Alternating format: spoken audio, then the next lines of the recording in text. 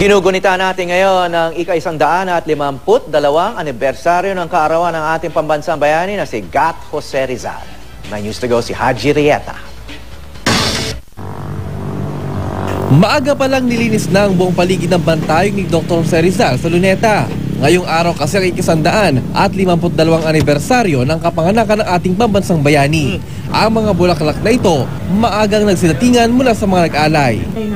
Isang wreath-laying at 21 gun salute ang sasagawa para kay Rizal. Si outgoing Manila Mayor Alfredo Lim at Gemma Cruz na isa sa mga apo sa tuhod ni Rizal ang nanguna sa selebrasyon. Tila isang mini reunion naman ito para sa mga kaanak ni Rizal dahil nagtipon-tipon sila ngayong araw.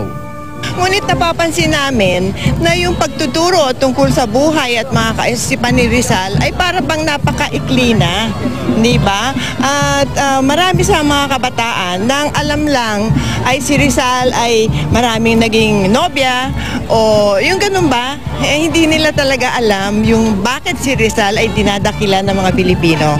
Beyond memorizing the things that he has done, emulating really how he has done it and why he was doing it, no? The love that he has for the country. Ang mga kabataan ngayon, gusto pa bang maging kagaya ni Rizal? Ano po, pwede rin po.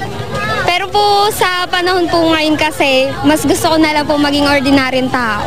Pero sa paraan na po yun, may successful na profession tsaka makatulong po sa bansa. Sino ba naman na estudyante yung hindi gusto maging diba? Bansang bayani someday like Rizal. Kapag naging, ano bang kaya mong gawin para sa bansa para tawagin kang bayani? Siguro po change muna po sa sarili ko before other people yung i-change. Ang buhay ng lahat ng mga bayani ng bayan at kanilang pamarisan.